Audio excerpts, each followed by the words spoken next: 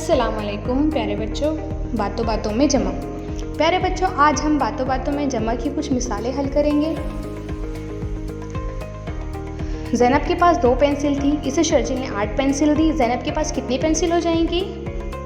देखिए, ज़ैनब के पास की पेंसिल 2 जमा शर्जील के पास की पेंसिल 8 बराबर कुल मिलाकर हुई 10 पेंसिल।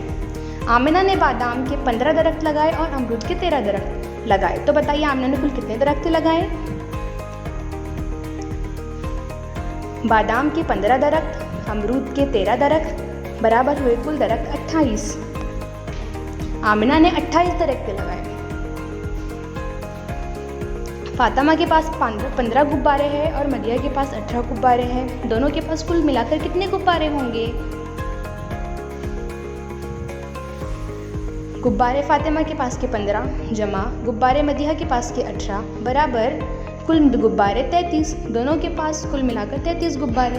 प्यारे बच्चों, जिस तरह हमने मिसालें हल की हैं, आप भी अपनी बयाज में इस तरह मशक़ की मिसालें हल करेंगे। ठीक है, अल्लाह हाफिज़।